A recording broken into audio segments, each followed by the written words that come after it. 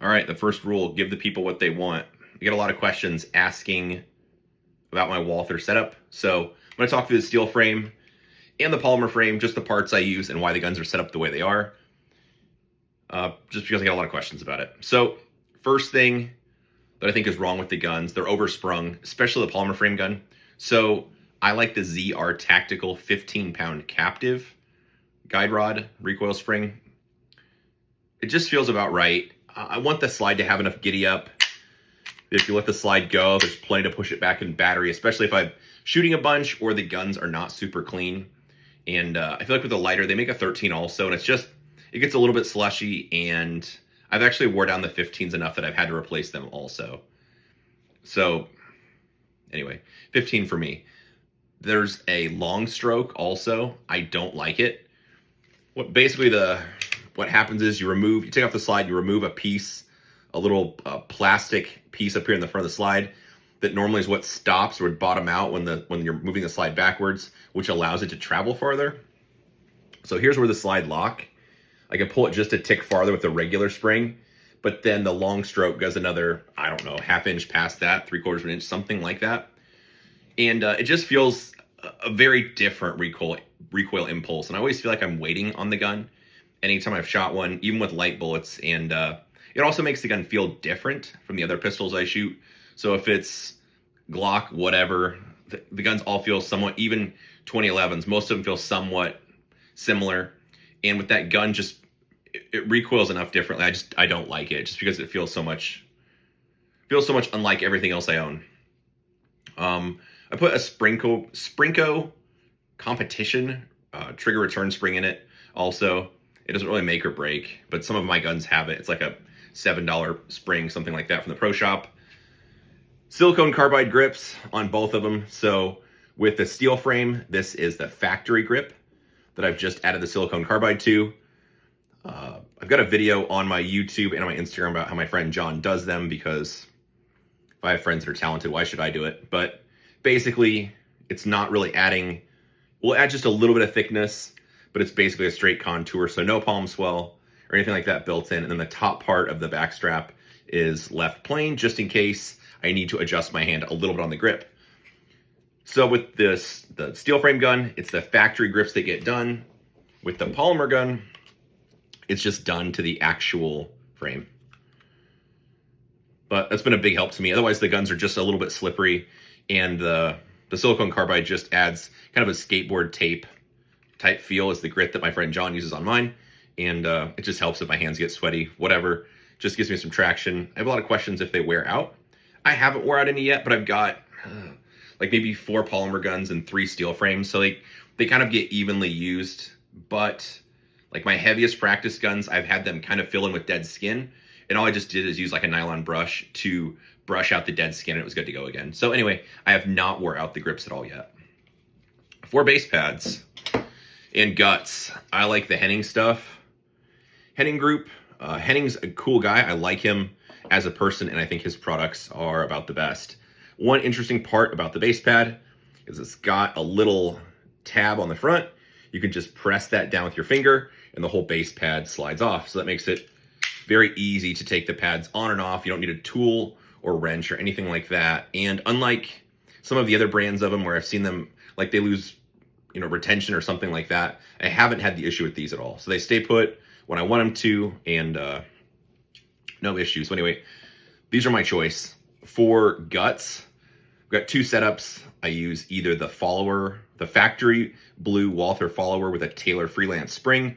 This gives me 22+1 reloadable, and it locks the slide open.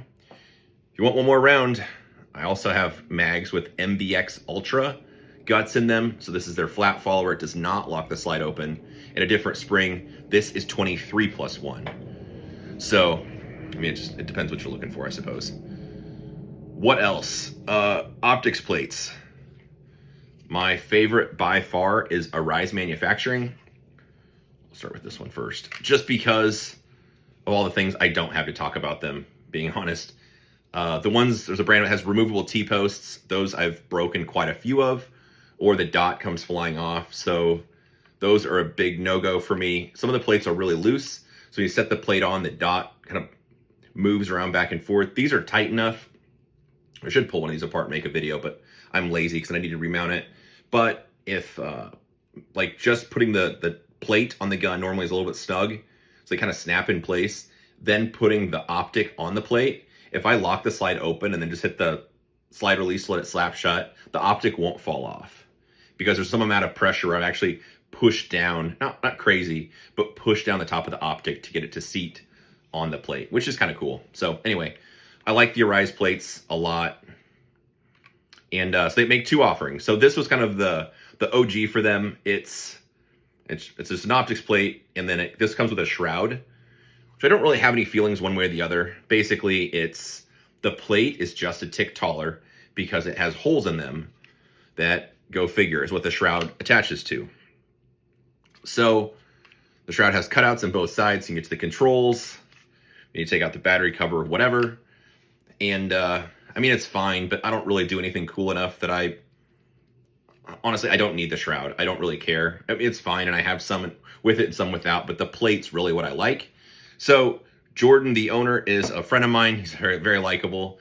And I was giving him a bad time, but like, hey, I don't really care about the shroud. I just need the plates. Why don't you make me a plate that could be lower because it wouldn't have the holes for the screws, because the plate has to be just a tick taller to be threaded for that shroud.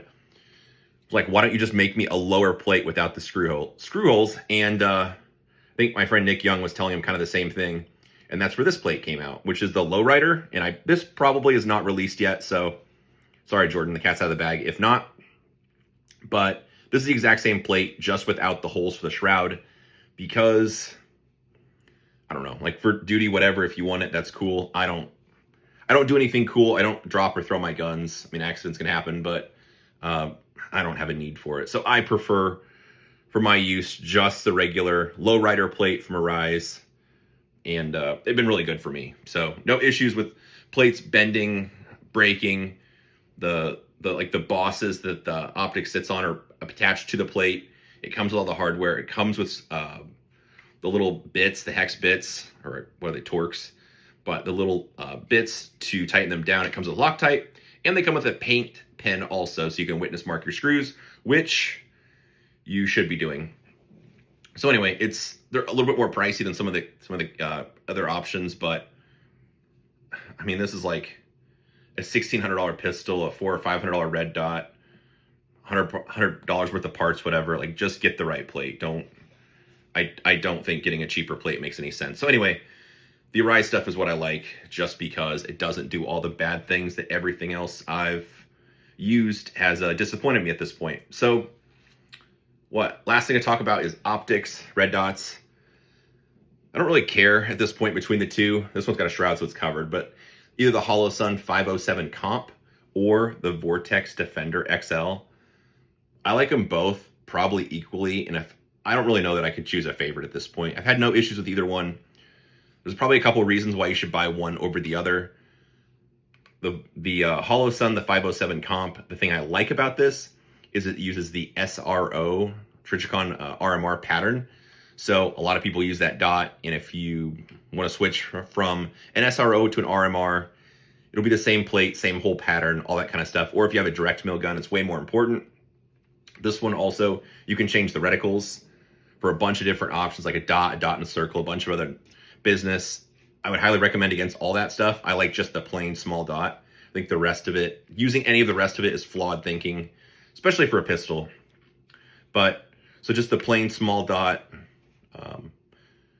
with the Holosun's been good to go for me. The only maybe bad thing about these, if you look right here, this is where the battery tray is. There's just a little screw that holds that battery tray in. I've had them back out a couple times. I've never lost one. They just came loose. I do know people that have lost that screw. So I just witness mark it, just like you can see there. Just put a little bit of paint pen, and then you can just eyeball it. You could tell if it's walking out. So that's the only probably downside I have. Other than that, this has, I'm so sorry, either 2 or 2.5 minute dot. I think it's 2. So it's a little bit smaller dot, and no issues. So anyway, I like that one a lot. The one I've been using quite a bit recently, this one's newer. This is Vortex Defender XL. The Maybe the bad part for some people, maybe the good part for some people. This one uses a Delta Point Pro mounting pattern. So if you have a direct mill gun and you don't have your gun milled for that, maybe it's a problem. I think it's good because it goes directly on the SIG guns. This optic also comes with a Glock plate that goes with the MOS guns. So if you have a Glock and you buy the dot, it's got a free plate and the hardware with it. So that part's kind of cool if you're a Glock owner. The only maybe negative to this is they only make it in a 5 and an 8 MOA dot.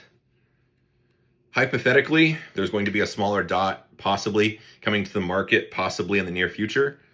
Sorry if I'm not supposed to say that or hypothetically speculate about that. So, but anyway, I've got maybe 4 of the 5 MOA, something like that, and no issues at all. Just looking at it, it's like, man, the dot's a little bit big, but then when I'm actually shooting it, I never notice it and it hasn't been an issue. This dot, you can turn up crazy bright, so bright. I mean, I'm not saying you should, but if you look directly into the sun with the dot turned all the way up or close to it, you could still see the dot. So no issues with washout or anything like that. No double dot issues with this either, which almost everything else, if you get some little amount of reflection, can have a little bit of that. The SRO is by far the worst, which is why I really don't use those anymore. I don't even own any anymore. But this is very good for not having reflection. So otherwise, I don't really have anything bad to say about the Defender, other than maybe the Delta Point Pro mounting pattern is not good for some people. Otherwise, I think that's about it. Honestly, the guns are set up, I mean, pretty stock for the most part. If you're on a budget, the Walther plates so when you buy the gun, you can mail in or go to their website, enter your serial number, get a free plate. The Walther plates are good to go. I have not had any issues with those. So that would be one to recommend if you need to save some money or you already have it. Otherwise, if you're looking for something better, I like the Arise plate. But other than that, if you bought the gun, silicone carbide's basically no money to do yourself or add skateboard tape. Change the recoil spring, and then just put an optic on it. The guns are basically good to go. If you want to mess with them some, you can. But otherwise, you don't have to do a lot to these guns. So anyway, hopefully that's helpful. Of course, if you have any questions, drop them below.